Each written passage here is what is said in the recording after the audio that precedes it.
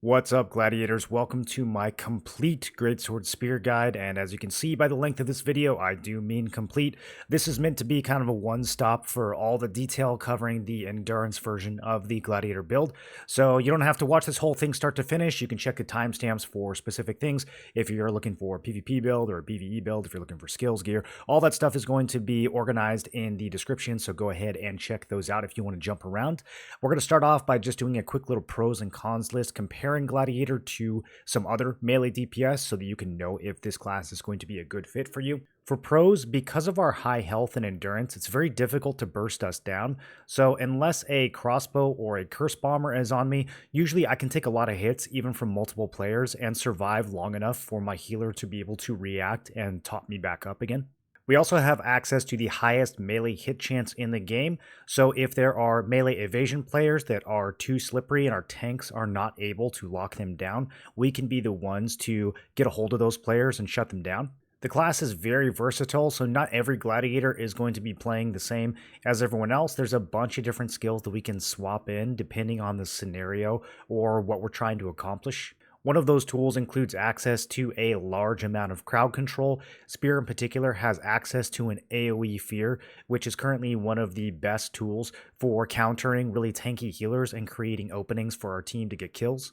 And lastly, if you're looking for a strong PvE build, Gladiator is fantastic. Solo dungeons, group dungeons, AOE farming, we're going to have really good PvE builds for all those scenarios.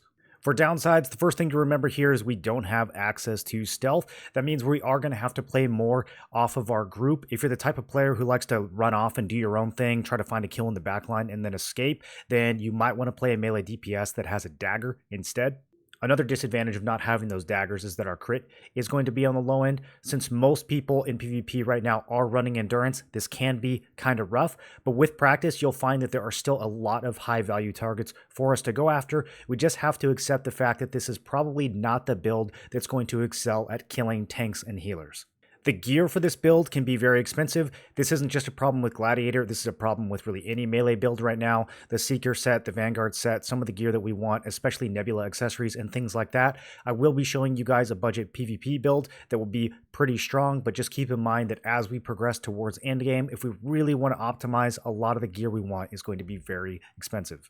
And then the last caution that I'll give you guys here is that the build is vulnerable to crowd control. Since we are brawling a lot, since we don't have stealth, we're going to be a prime target for hooks and stuns and binds and that sort of thing.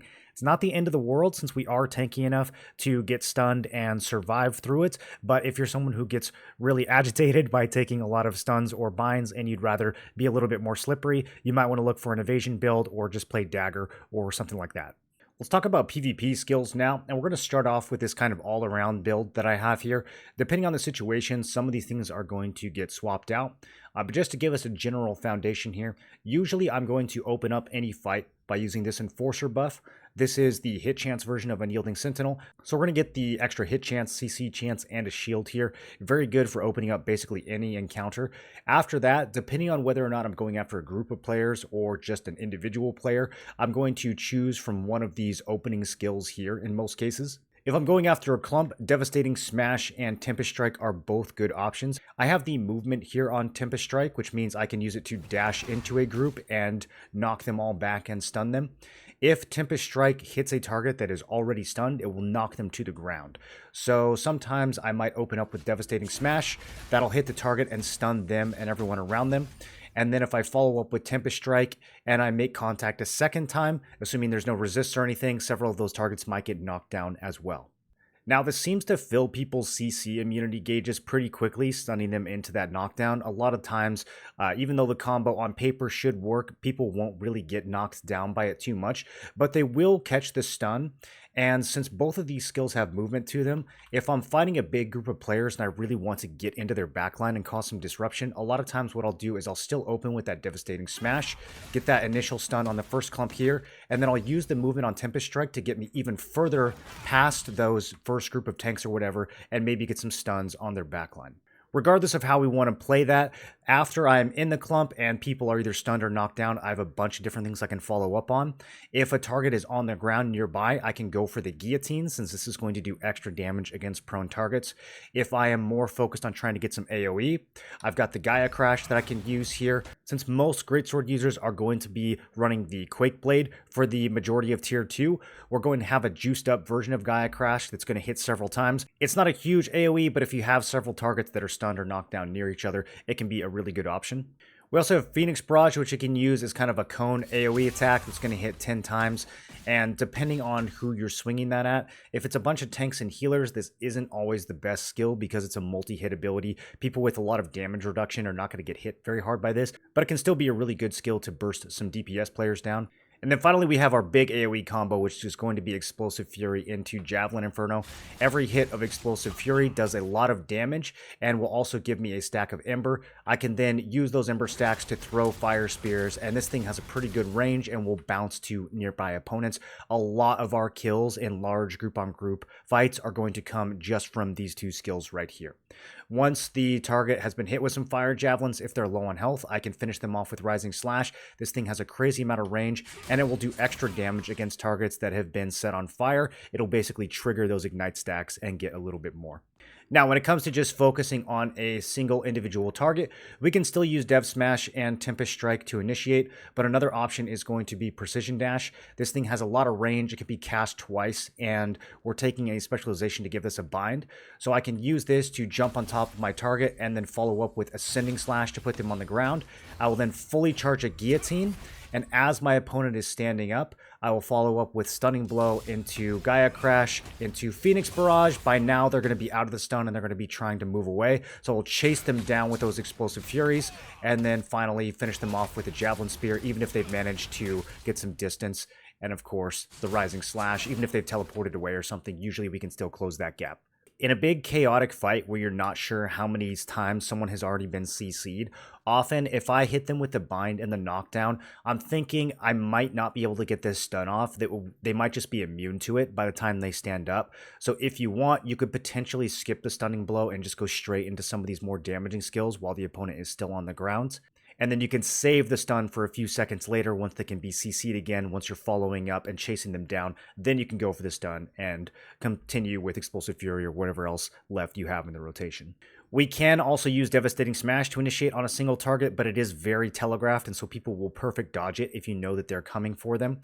But we can use any stun or bind to set up Charging Slash, aka Ascending Slash. So if I want to Dev Smash someone and stun them, I can then follow up with this to knock them down. Same thing with Tempest Strike. Even though Tempest Strike knocks them back, because we are using this Charging Slash version here, this is going to move my character. So I can knock the target away, and then even if they're as far away as this dummy, I can follow up and immediately knock them down and close that gap and go straight into my guillotine once they are on the ground. Before we dive into skill specializations, let's cover passives real quick. Starting off with Robust Constitution, we'll be taking this for the max health, and also because there is a mastery that allows this to increase our base damage. Right now, there is a bug that allows you to get the base damage without taking this mastery, but we're still going to take it for the max health, and just because I think the bug is going to get fixed pretty soon, or at least I hope so. The next one that we take is Vital Force. This is just super important on any Greatsword build. You're always going to take this. The stats are really, really good.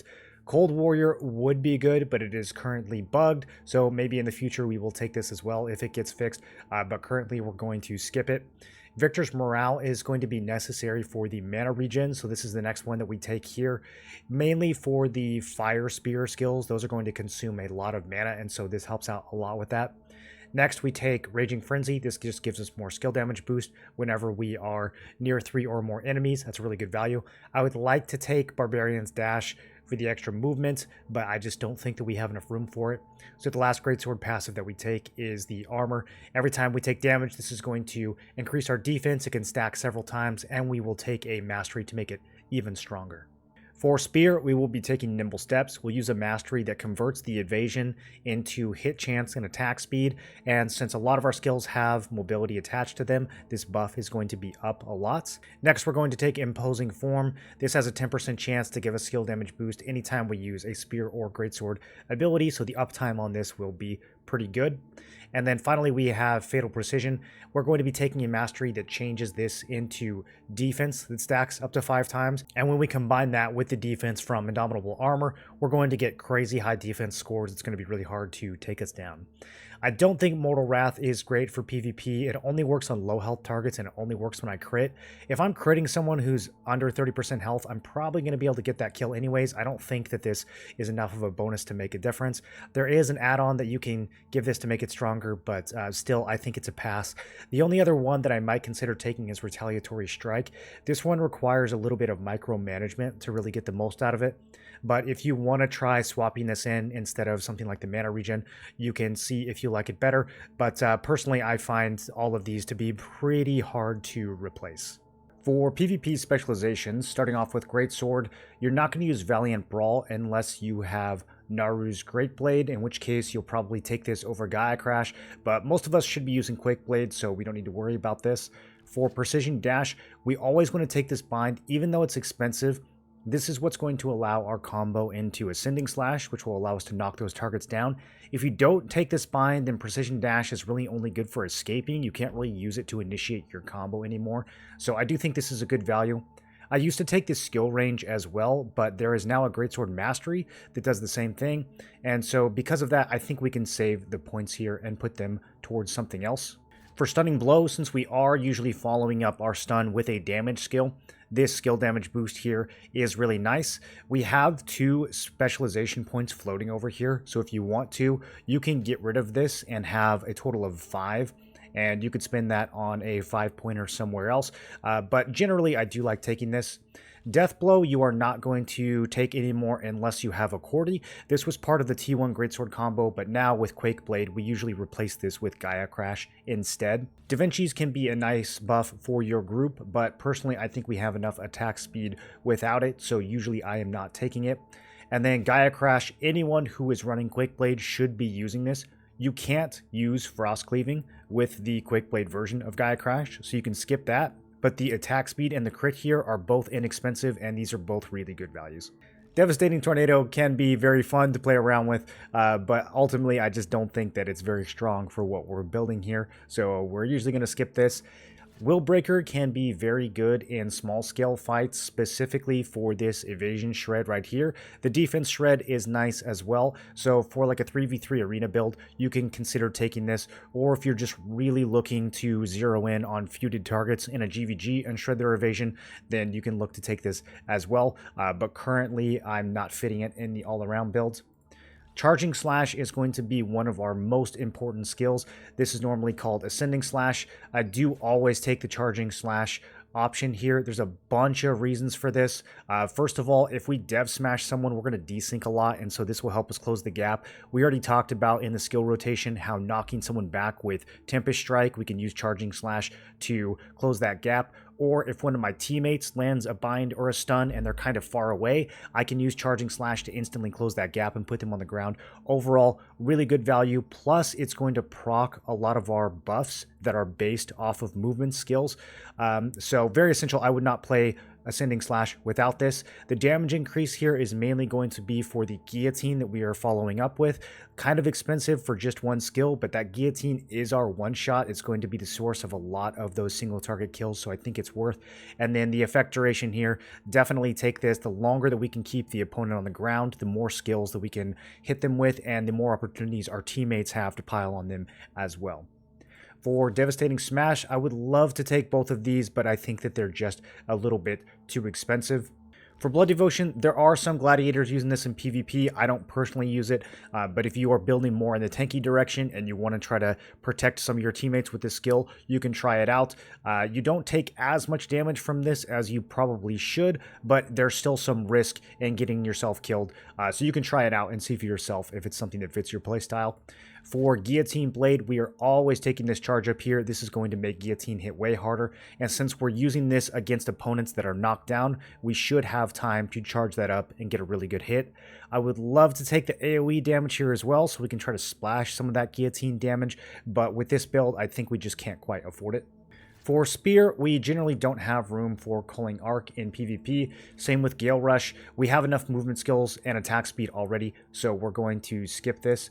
Javelin Inferno has to be talked about in combination with Explosive Fury. So this is normally called Javelin Surge, and the other one is normally called Vicious Fury. We're taking the fire version of both of these, and the way this works is that every time I use Explosive Fury, I get a stack of Ember. I can use this up to 5 times, and then with those 5 Ember stacks, I can throw 5 of these fire javelins. These are going to bounce around and do AoE. If I get any kills with a spear skill, that's going to generate a Ember stack as well, which means I can throw another one of these fire javelins. So if you kill 2 or 3 people in a row, that's 2 or 3 extra fire javelins that you can throw. Don't forget about that. And then everybody who's getting hit with these AoE fire spears is going to be getting their movement speed decreased as well. This is a super annoying debuff to get hit with, so even though it's a little bit expensive, we do want to take this so that we can frustrate our opponents as much as possible.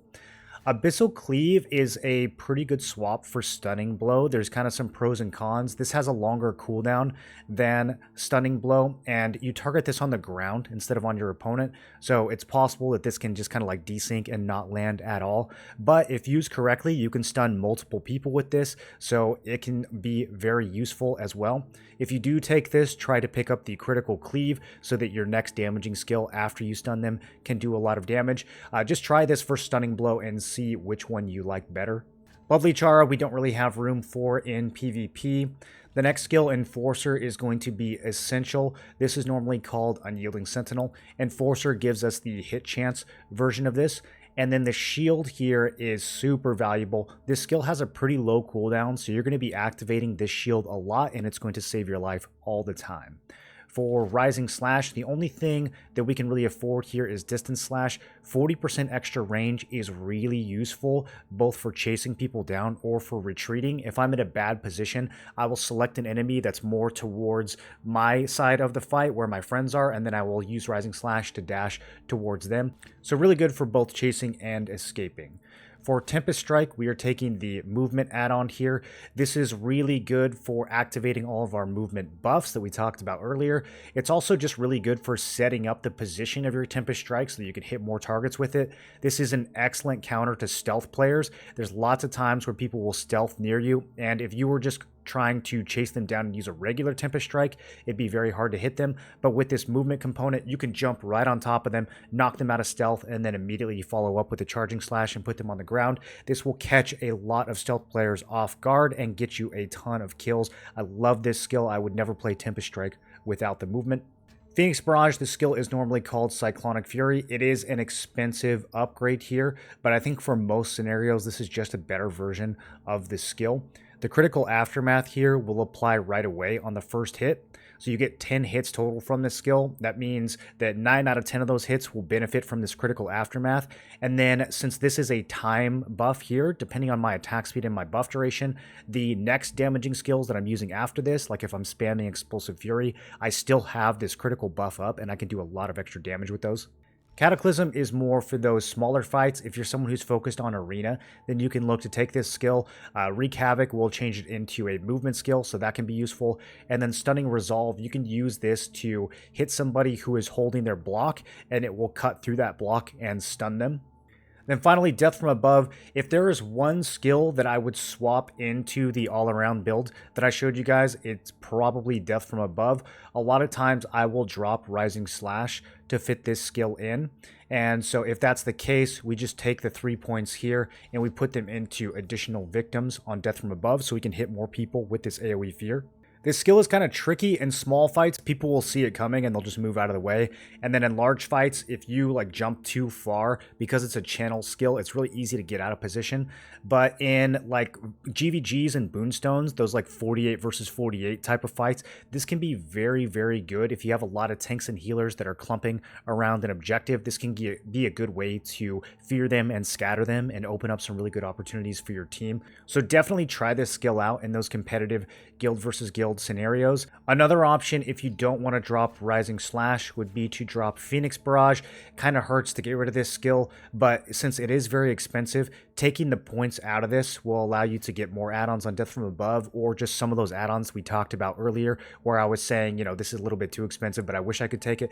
Getting rid of Phoenix Barrage can allow you to take some of those things, so just keep that in mind as an option. For PvP masteries on Questlog, I'll have builds that are at 90, 130, and 200, so you can kind of use those as benchmarks as you level up. But just to talk you guys through where I'm at currently, I've got about 140. First thing I did was go for Steel Sacrifice. Normally, when this is fully stacked, you get about 1,000 defense from it. With this passive, you're going to get like 1,500. It's just a crazy amount of defense, so even though we lose some melee heavy attack here, I think this is worth. Plus, we're going to be taking some other things that reduce our defense, so this will help to balance that out.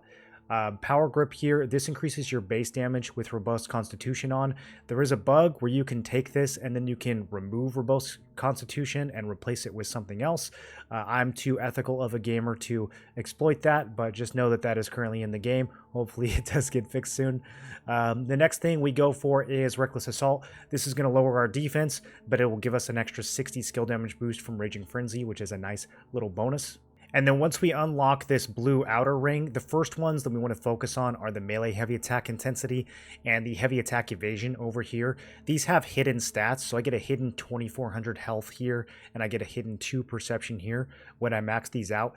Even though these both have minuses, it's definitely worth the trade-off, especially when you include those hidden stats. So I would start with these as your first blues, and then that will give you enough points to unlock one of the ultimates. I think the Critical Equilibrium is probably the best one that you can get on Greatsword, so I would start with this once your total is 80. And then next we would move over here for even more heavy attack. That's going to unlock Far Strike. This is very useful. This will make it so that your Devastating Smash has a bigger AoE, can hit more people, stun more people with it. And then it's going to set us up to unlock Extended Reach as well. We'll take this blue down here to get this synergy, and this will increase the range of Precision Dash, Charging Slash, and Dev Smash. Very useful so we can dash further with all of our movement skills. Once you get to 120, you'll have a choice of your second epic unlock. I'm currently using Blade Harvest, and this does save my life occasionally in PvP, but it has a very short window. The 3 seconds on this doesn't get increased by buff duration for some reason. So you can get a nice lifesteal out of this every once in a while, and it might save you. But ultimately, once I get some more points, I'm probably going to unlock one of these yellow nodes down here so that I can take Perception Balance and get the extra stun and collision resist. We can only take this if one of the yellow synergies is unlocked, which is kind of a tough choice because I don't want to give up either of the outside nodes here, and I don't want to give up either of these inside nodes either. So probably what I'm going to do is take Binding Warrior. This actually would be good if Cold Warrior wasn't bugged, but as I mentioned earlier, Cold Warrior doesn't work at all right now. So we might still unlock this just to get that final unlock over here. That's going to mean I can't pick up Dauntless Recovery, which kind of sucks, but at the end of the day, this probably isn't that much of a heal in PvP anyways. So I think in a long run, my goal will be to grab this and drop Blade Harvest for Perception Balance. For Spear, the early stuff, we are getting Perfect Tempo. This changes Nimble Steps into hit chance. Completely essential for this build. Absolutely get this right off the bat. And then Universal Protection, this converts Fatal Precision to give us 5 stacks of defense instead of 5 stacks of attack speed. Very, very good, especially combined with the defense that we're getting from Greatsword. After that, we want to grab this range, super important in PvP, and then we're just going to start working on some of these offensive masteries. There's other ones too that are good. I'll be taking this crit eventually as well. Since I'm not running Mortal Wrath, this isn't actually giving me any benefits, but it's also not reducing my defense. This is just kind of unlocked on accident because we like the nodes that are next to it. Eventually, we are going to accidentally unlock Unlimited Arsenal as well. We don't want to take this, so that means we either have to leave this node at level 9, or we have to unlock one of these so that we can take these two and leave this one off. You can only ever have 2 synergies active on one circle. So if I take the red and the yellow one, it won't allow me to take the purple one. So we might have to do that in the future just to avoid taking this, because this is a nerf to Imposing Form. This is supposed to be for like daggers and non-two-handed classes. It's not for us. Hopefully in the future, they just give us a way to deactivate these synergies manually, but until then, we kind of have to cheese it by like taking other ones so that we can exclude it. Once we get to the blue ring, same as Greatsword, there are hidden stats when we max out this melee heavy, and there are hidden stats when we max out this skill damage resist. So we want to grab both of these as early as possible, and then immediately grab this skill damage resist here. Really good defensive stats, and it's going to unlock Enduring Dash every time we use a movement skill. Not only are we getting the hit chance from this, we're now getting 250 of all endurance as well. Really good uptime and going to work very well with all those movement add-ons that we talked about in the specialization section. For your level 80, by far the best one to take is the cooldown speed. You should be building 50 fortitude or higher if you are playing this build as endurance. So this is just going to mean that your skills come up 12% faster and you can use them more often.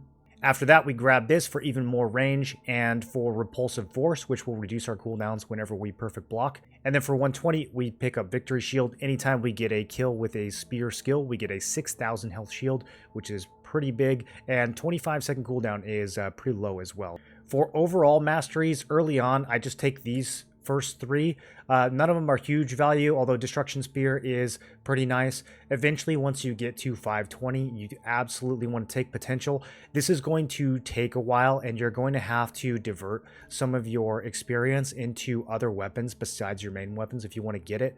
As a general rule, you probably want to be around 520 total once you are at 130 in both of your main weapons. So as your main weapons get up to like 110, 120, start thinking about using all of your available XP from your contracts or dungeons or whatever, and using those to level up other weapons instead.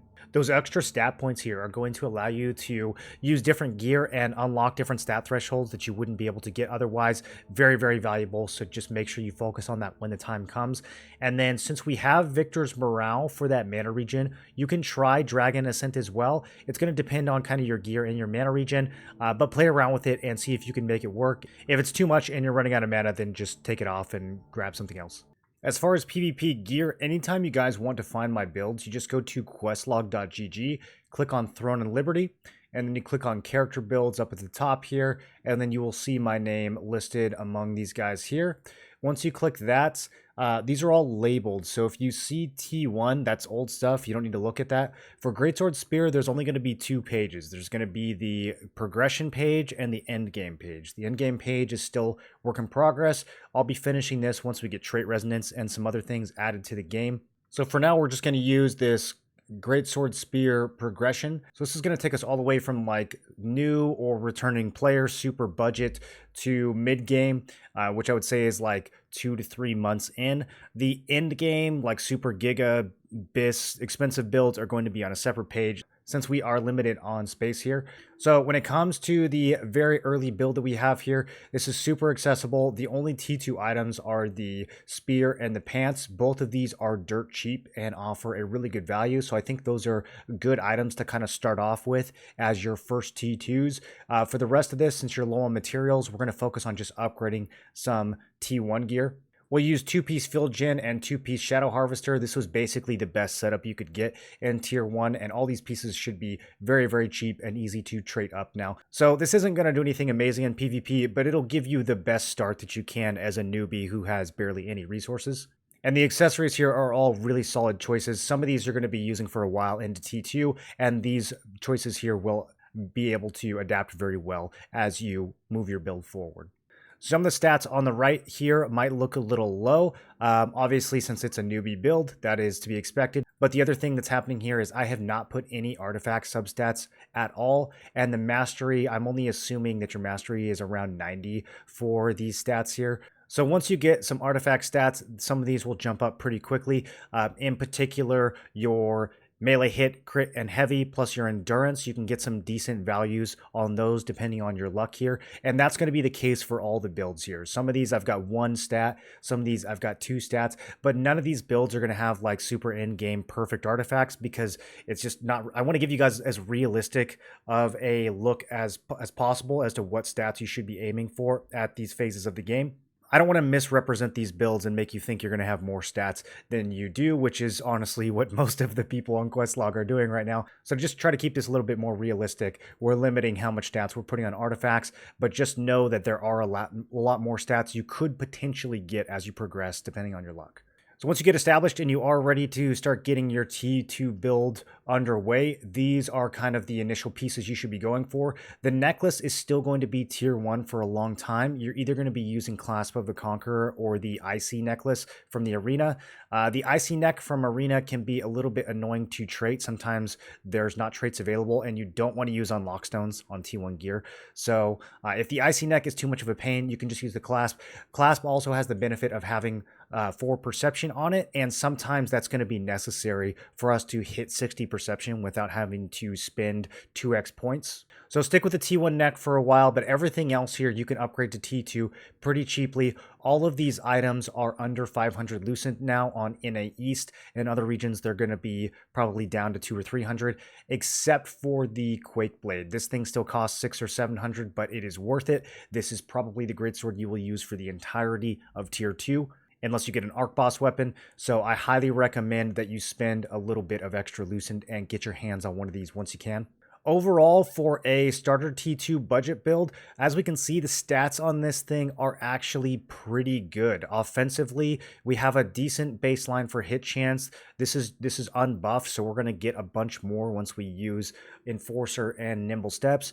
1200 crit is kind of the minimum of what we want for this build, but it is going to be effective against evasion players. You're not going to be hitting endurance players very hard, but the build is never gonna really hit endurance players very hard. Even the end game versions are still gonna be kind of low on crit. So 1200 is respectable. The attack speed, the health, the heavy attack all look really good. The main thing that this build suffers from is endurance. And the only way to get a respectable amount of endurance with this build in Tier 2 is going to be with the Vanguard set. The Vanguard set is very expensive right now, so we have a couple different options as we go towards mid-game for what we want to build. This first option here is going to be the cheapest one. We're using the helmet and the legs, which are a lot less expensive than the other Vanguard pieces, and then we're filling in with two-piece Transcendent. Since we are lacking in crits, this is going to give us an extra 200 crit, plus the stats on the chest and the gloves here are pretty decent. Vanguard helm and legs both have 6 fortitude each, so that puts us in range of 60 fortitude without wasting too many. As you can see, we're 26 here, which means we basically wasted 3 points. We had to spend 6 to get the final 3 fortitude here. So we lose 3 stat points, but in order to hit 60 fortitude, I think it's worth it. This is a really, really high defensive score here for a fairly budget build. Nothing in here too expensive. You know, it's mainly the same as our starter build, just with those 2 Vanguard pieces added in. The Tempest pieces aren't too expensive here, so that won't be too hard. All in all, this build right here is going to perform very well in most PvP contexts. When you're fighting against the absolute top, most competitive geared players, then you're definitely going to have some struggles here. Our hit and our crit are both going to feel low. But your survivability will actually be really good here, even against very hard-hitting players. Having 1400 melee and nearly 1900 range and magic is super solid. If you have a healer who's paying attention, they're not going to struggle too much to keep you alive. We also have a respectable amount of stun resist here, so hopefully we're not getting locked down too much. And then if we want to focus a bit more on damage here and sacrifice some hit, we can swap out this cloak to the Starlight Fur Cloak for some more heavy attack and crit, and we can get even more stun resist off this cloak as well. We are going to lose some health, but we'll still be like 28, 29k, which is respectable. We can also swap out this ring. We'll lose some hit chance, but we could use the Ring of Eternal Flames for some more crit and some more overall stat points. This will allow us with the strength to push our strength up to 60 as well without sacrificing the 60 perception or the 64. So both of those swaps are options here if you feel like your hit chance is enough. If you feel like you're still missing a lot, then probably just stick with this and continue to look for some artifacts with hit chance. And then when we get trait resonance, you could add hit chance resonances to your weapons as well.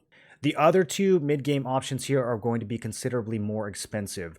This first one is 2-piece Vanguard, 2-piece Seeker. So this is going to have a much higher crit score, and it's going to have extra crit damage from the 2-piece Seeker. You will absolutely shred evasion players with this build, assuming that with 2100 hit, you can buff up enough to land most of your hits on them. This is a lot of crit and crit damage against evasion players. Again, it's still going to struggle against endurance players, but against evasion players, you will annihilate them. So this is more of a offensive version. The endurance here, as you can see, is lower even than the budget build. So this is going to rely on having good tanks and healers and good positioning to stay alive. If you want the safer option, then we've got 4-piece Vanguard, also an expensive option, but crazy defenses here. Trait resonance will allow us to fix this magic endurance, which is currently low. When we get trait resonance, we're just going to put magic endurance on basically all 5 of our armor pieces, and that'll fix that problem here. The stun resist is still very solid. solid, health is solid, hit chance and crit are respectable. We just don't have that extra crit damage from the Seeker set, but we do have the extra base damage from 4-piece Vanguard.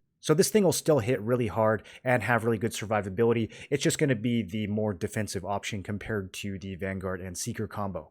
And then in both of these cases, those same swaps are available. If we do think we need more hit, we can use the Victorious Cloak from the other build, and we can also swap Eternal Flames over to something like Honor's Providence Signet for more hit chance and more endurance.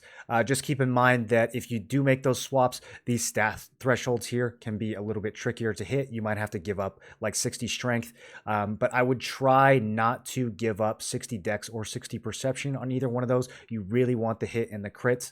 And then for the Vanguard build, don't ever give up 60 Fortitude. One of the whole points of running 4-piece Vanguard is that it's easy to hit 64. So you definitely want to maintain that if you go this direction.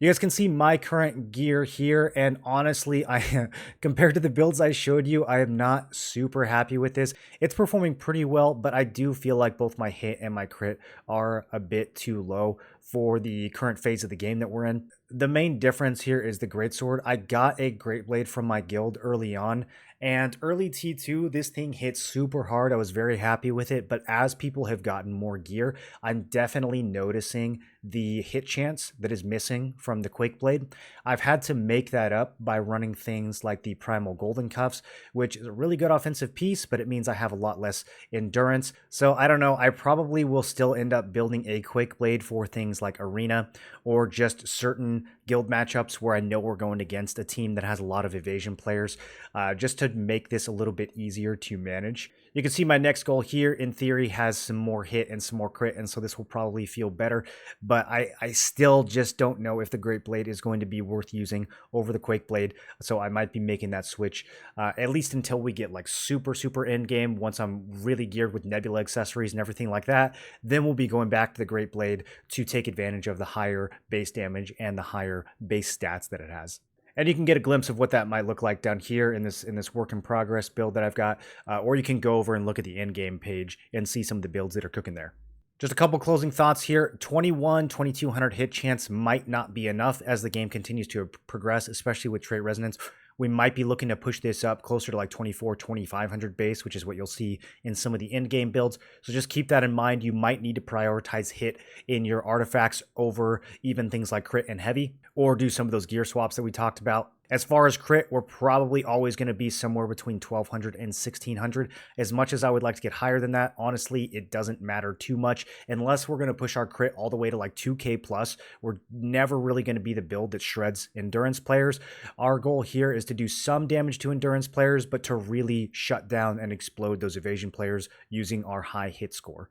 A lot of these builds have 800, 900, 1000 melee heavy. It might be the case that we need to divert some of that back into hit and crit, whether that's through different rune choices or different weapon traits. So just keep that in mind. Some of these things are always going to be moving targets as the meta evolves and as people continue to gear up. So if you guys check my quest log again in a month or two after this video gets released, you might see that some of these things have been moved around, especially over on the end game builds.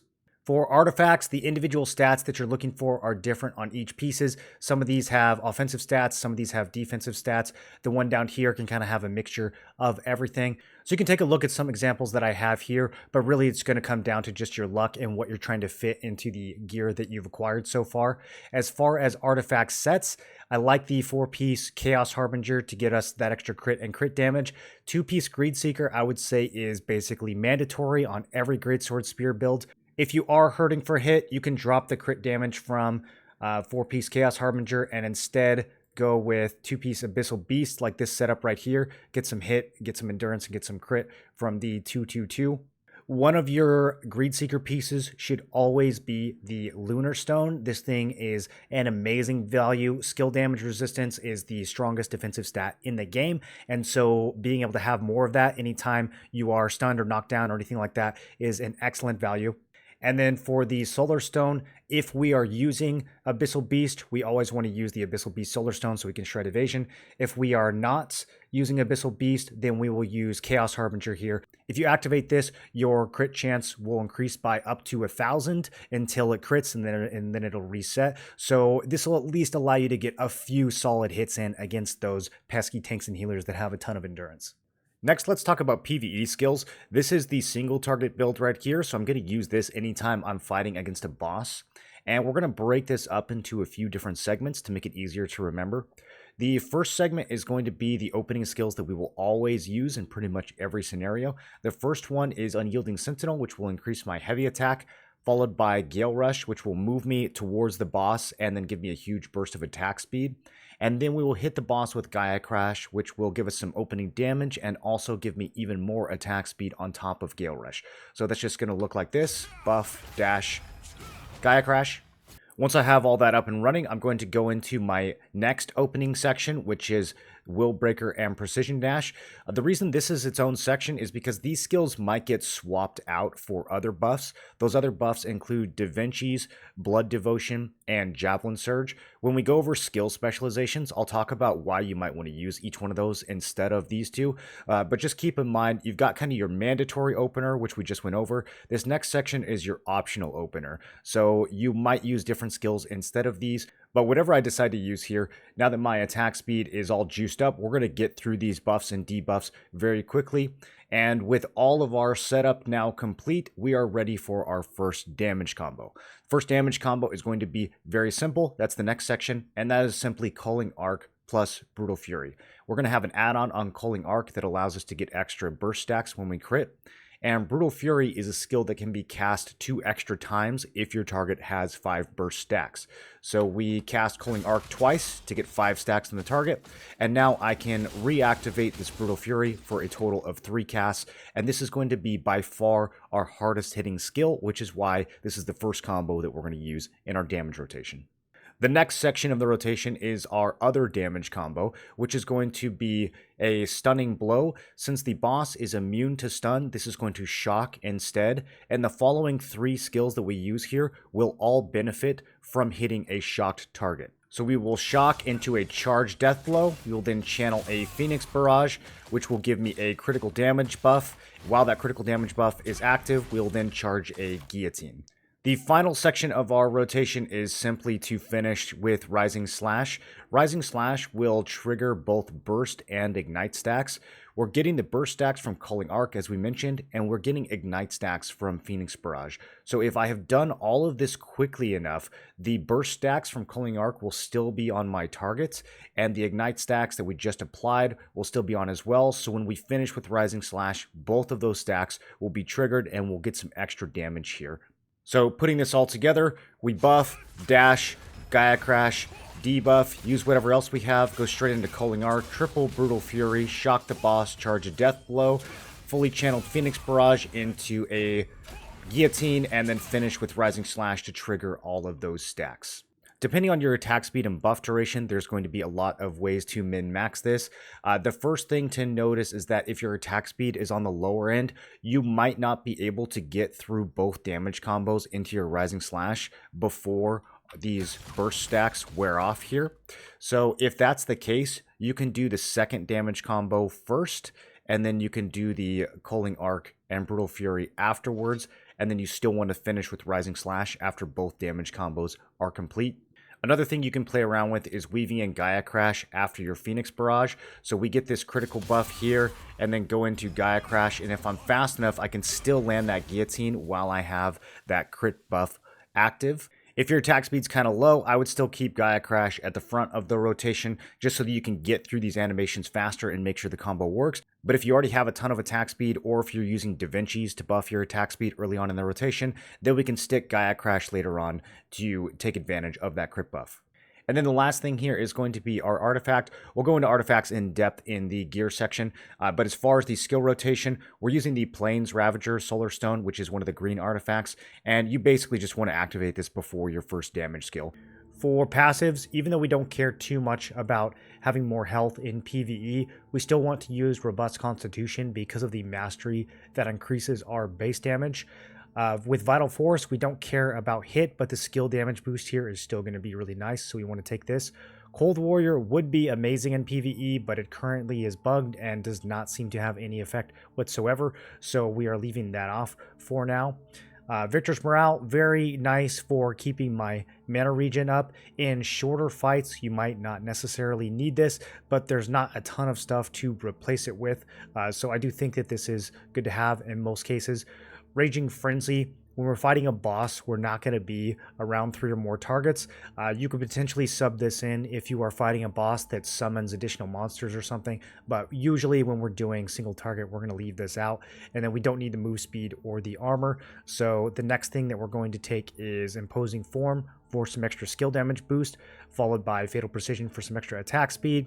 Mortal Wrath, not a great value for 70% of the fight, but for the final 30% when the boss is low, this will be giving us some extra damage. And then finally, we take Retaliatory Strike. We're going to be taking the Mastery that increases crit damage from this as well.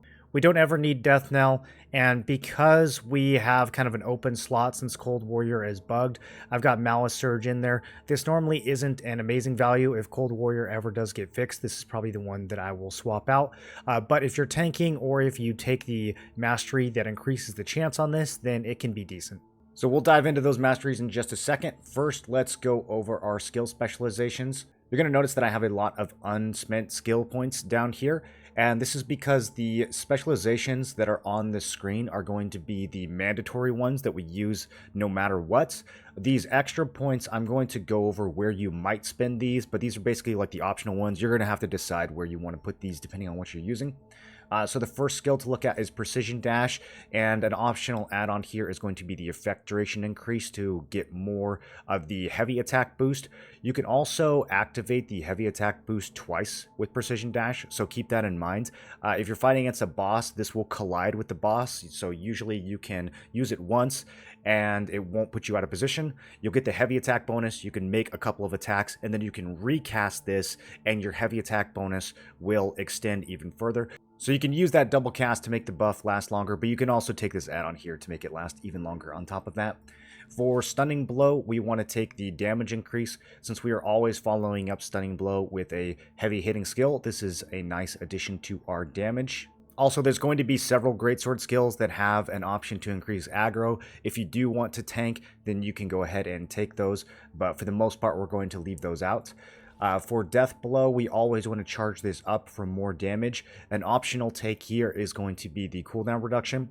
If you take this, then you can weave an extra Death Blow in, so this has a lot shorter of a cooldown than the rest of the skills in our second damage combo. So we go through that whole shock target charge skill combo, and then Death Blow will come up earlier than everything else. We can cast Death Blow an extra time, and then it'll still be synchronized with the rest of the rotation when it comes time to go through it. Da Vinci's is one of those optional skills that we talked about swapping in instead of Wheel Breaker or Precision Dash.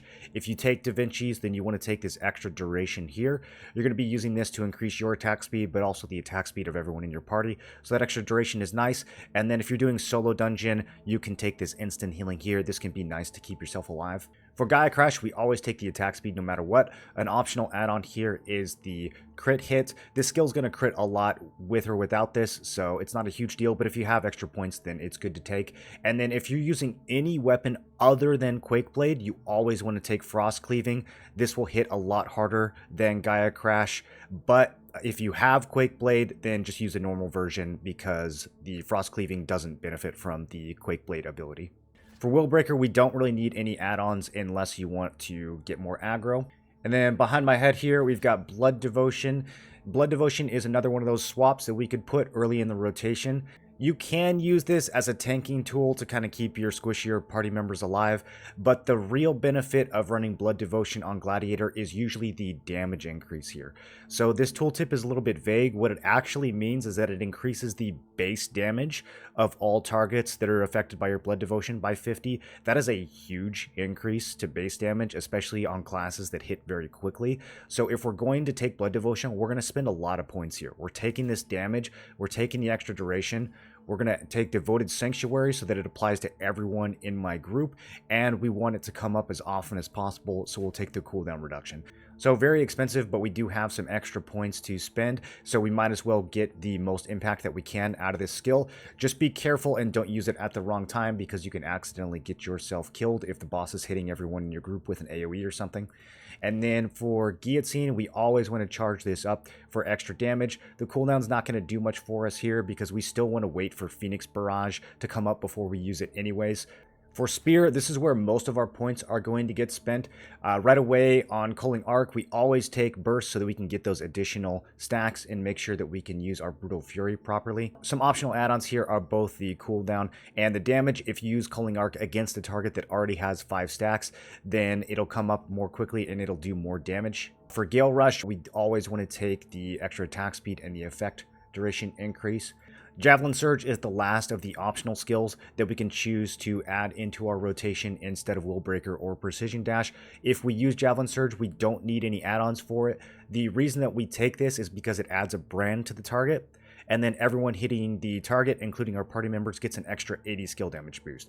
So this isn't very good if you're just worried about your own personal damage, but if you're trying to maximize the group's damage for like a dimensional trial, then this is a good option to swap in. Some people like Abyssal Cleave for PvE. This will shock just like Stunning Blow, and it has a really nice add-on that increases your crit and crit damage. However, it's got a longer cooldown than Stunning Blow, and it's not going to sync up with our damage combo, so I don't think that there's any room for it the way that I'm running the single target builds. The next skill here, Brutal Fury. This is normally called Vicious Fury. We always want to take the Brutal Fury add-on. This is going to be our heaviest hitting skill, and because we're only using this after Culling Arc when the target has 5 burst stacks, the extra damage on 5 burst stacks is an obvious take here. For Unyielding Sentinel, this shield is a really good value. Some of our damage skills are going to lock us in place for a few seconds, and so we might just be taking some damage that's unavoidable. This shield can help to deal with that. An optional add-on here is Sentinel's Bastion. This will give heavy attack to everyone in your group. So normally we're using the version that just increases our heavy attack and has a lower cooldown. If we take the group version, that cooldown is going to be increased. So it's not the best option if you just want to maximize your damage. But again, if you're looking to maximize group damage, then that's a good pick. A lot of times other spears in your group are already running this, so if that's the case, make sure you guys aren't using it at the same time. One person should pop their buff at the beginning, and then the other person should wait until it wears off so that you guys can rotate back and forth. For Rising Slash, since we are triggering Burst and Ignite stacks, we want to make sure we take the add-on that gives us extra damage from that. We don't need Slaughtering Slash. I see a lot of people using this in their single target builds, and I don't think it does anything. I'm pretty sure you just want to use this when you're AoEing so you can hit multiple targets. If I'm missing something here, you guys can correct me in the comments, but as far as I know, it's better to just use the regular Rising Slash so that we get all of our damage in one single burst. And then for Phoenix Barrage, we want to take everything. This is normally called Cyclonic Fury. Phoenix Barrage gives us the fire version, which will give us those ignite stacks that we can trigger with Rising Slash. Since we're using it against a shock target, we want to take this add-on here, the conditional damage, so that it does 20% more, and then the critical aftermath so that we can buff up our guillotine or potentially other damage skills that we use after this.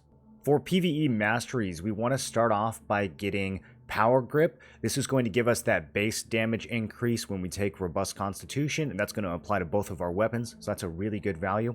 We also want to take Steel Sacrifice here. This is a weird one. We're not actually using Indomitable Armor, so this doesn't do anything. The reason we're doing this is so that we can unlock Blade Harvest later on. We have to have at least one of these blue synergies unlocked in order to be eligible to use Blade Harvest. So you don't have to get this right away, but it is something that we want to pick up eventually.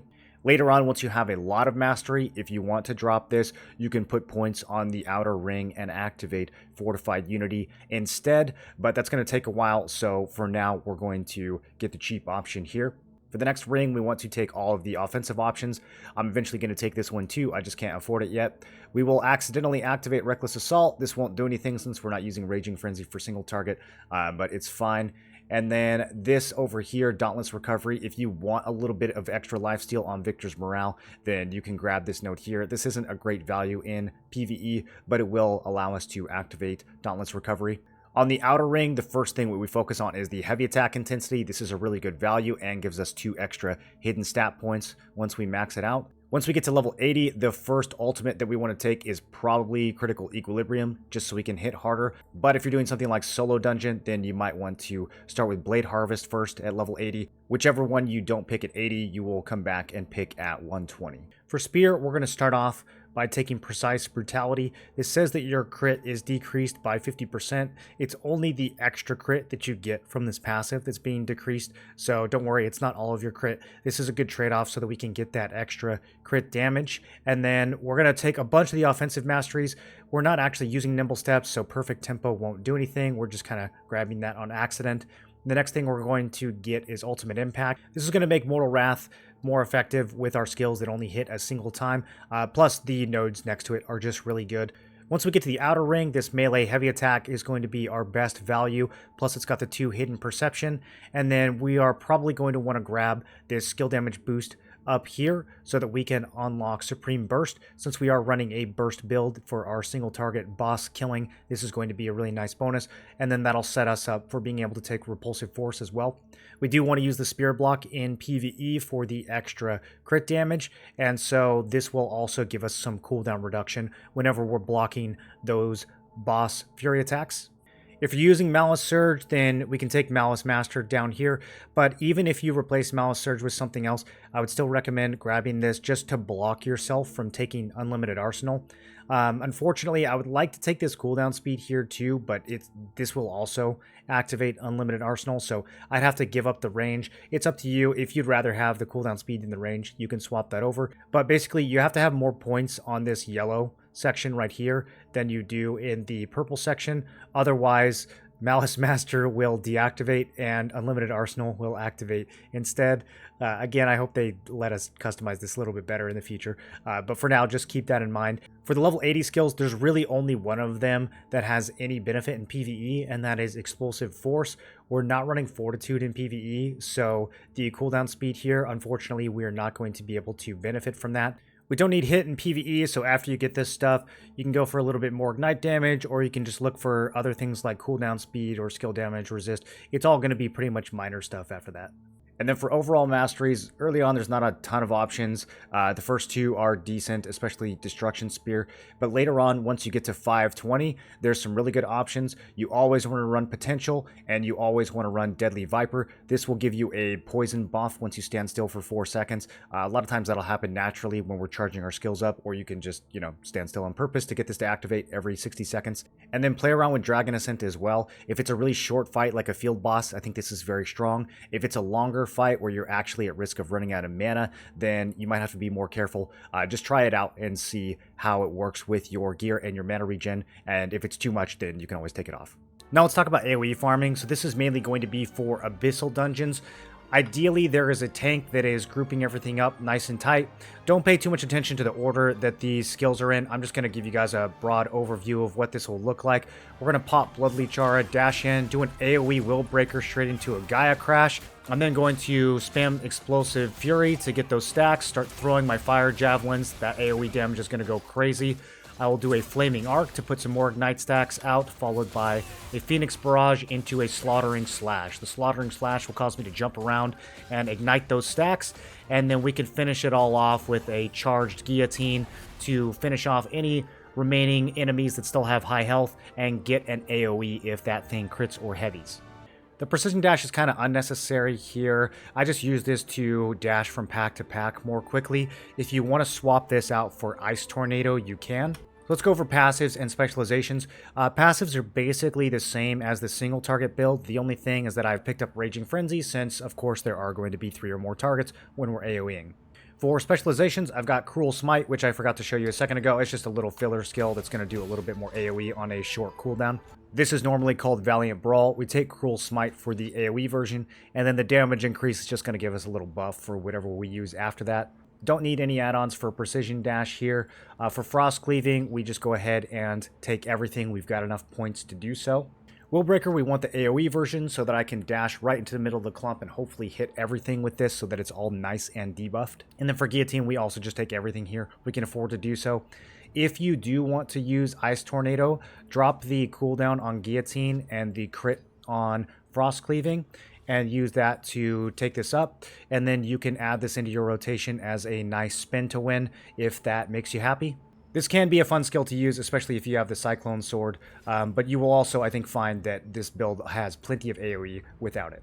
For spear specializations, we're going to be taking the fire version of pretty much everything. So we've got Flaming Arc here. We don't need the Burst Stack add-ons because we're not going to use that for AoE.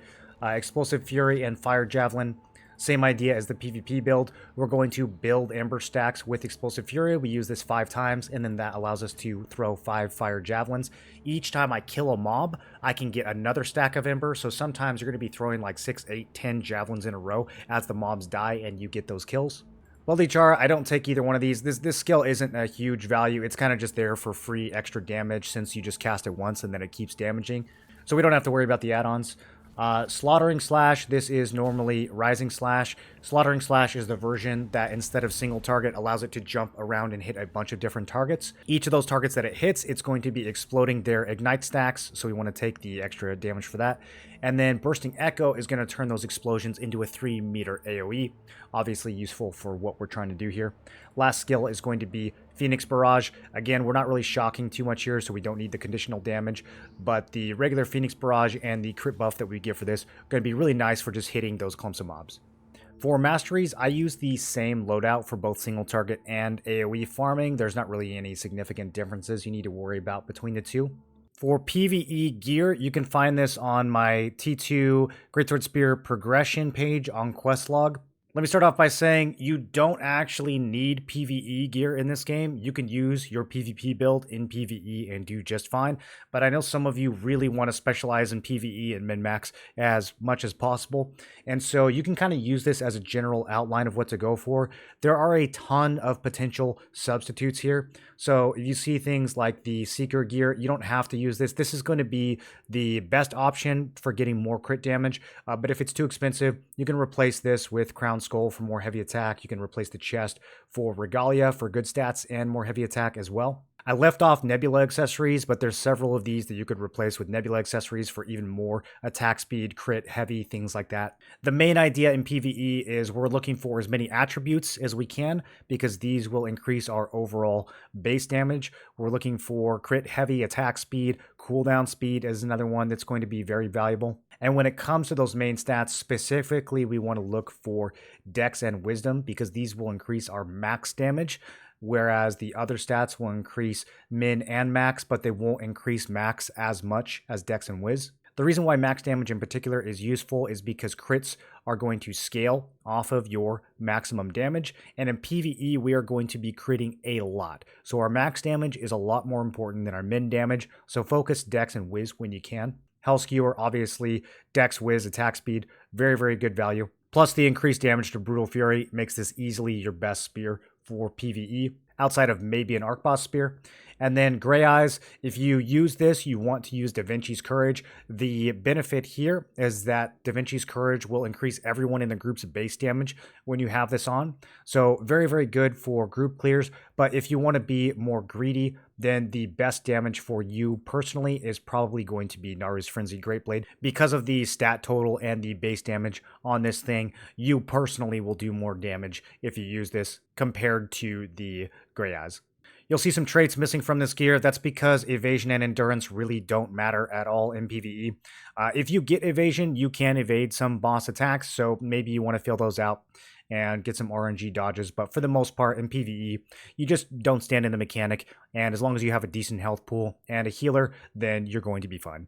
For PvE artifacts, there is really only one option, and that is 4-piece Chaos plus 2-piece Plains Ravager. The only 2 Plain Ravagers that you want are the Solar Stone and the Lunar Stone. This is not going to be as much crit as going full Chaos Harbinger, but the actual effect on these 2 greens is pretty good. So the Lunar Stone has a chance to increase your base damage just passively. And then the Solar Stone, you can use this for a 10-second buff, which is going to be a better value than the Chaos Harbinger Solar Stone. Because you are already critting in PvE so much, the Chaos Harbinger Solar Stone is not going to do much for you. So this is going to be a better option. Plus it gives you that 2-piece with the other Plains Ravager. You're probably using the Shade Revenant Guardian in PvE, and so this will increase the damage that does as well. And then one more note, if you are running Shade Revenant, keep your Greatsword out in your main hand because it is based on your base damage. The Greatsword will have higher base damage than the spear, so that'll make your Guardian do a little bit more damage. That should give you guys a pretty good overview. Remember, Greatsword Spear has a lot of different ways that you can play it, so don't take all the things in this video as set in stone. There's a bunch of different details and variations based on the situation and your playstyle. If you guys have extra questions about any of those details, feel free to drop a comment or come find me streaming both here on YouTube and over on Twitch. If you find this content helpful, please like, subscribe, and especially share the video with someone else. That really helps a lot. And if you really want to support me making more of this content, then please consider becoming a member here on YouTube or a subscriber over on Twitch. Thank you guys so much for watching. Let me know what videos you want to see me make next, and I will see you again very soon.